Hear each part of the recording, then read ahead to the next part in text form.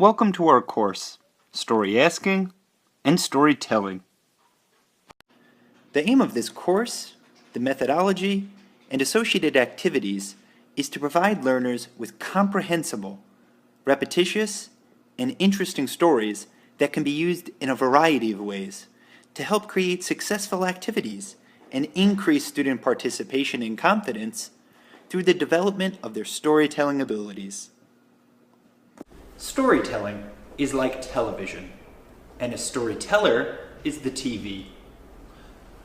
Think of a bad storyteller. Bad storytellers are like old black and white TVs with the rabbit ear antennas. They had snowy, fuzzy pictures, bad sound quality, and weren't much fun to watch. But they were all we had. Now, think of a good storyteller. They are like a brand new, out-of-the-box, flat, curved, widescreen, 8K, ultra-high definition television. Which would you rather watch? Which story would you rather listen to? The difference in quality between a bad storyteller and a really great storyteller is like the difference between a kid's stick figure and a Salvatore Dali masterpiece. There's no dispute which one is better. The first question I'm sure you have is, what is story asking and storytelling? Story asking and storytelling utilizes a TPRS approach to classroom teaching. TPRS, or Teaching Proficiency Through Reading and Storytelling, is an input-based approach to teaching language that focuses on the systematic instruction of vocabulary in a highly comprehensible, personalized, and contextual manner. Many approaches to English as a second or foreign language attempt to teach reading and writing without first developing the necessary and efficient readiness skills. Story asking and storytelling addresses this problem and will help you succeed in building effective communication skills in your students by training you how to do repetitive, interesting, and comprehensible input by asking stories. The next question most people have is, how does it work? These types of classes work for 4 reasons. 1, they provide an abundance of repetition. 2, they are highly engaging and comprehensible.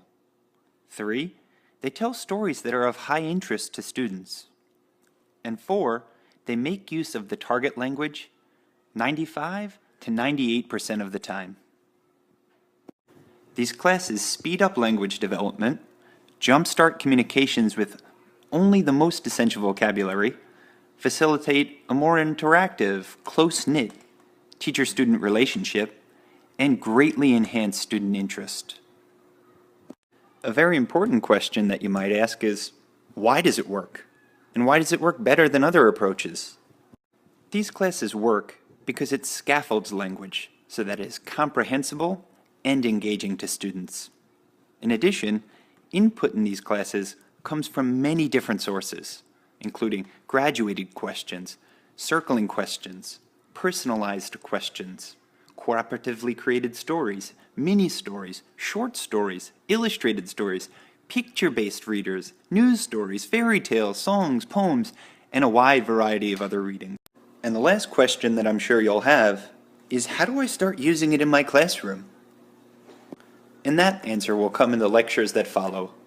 But here's one piece of advice that I can give you. As soon as you find something in this course that you think is worth using in your classroom, use it right away. If you don't use it, you lose it. And again, learning a language, it's not about what we learn.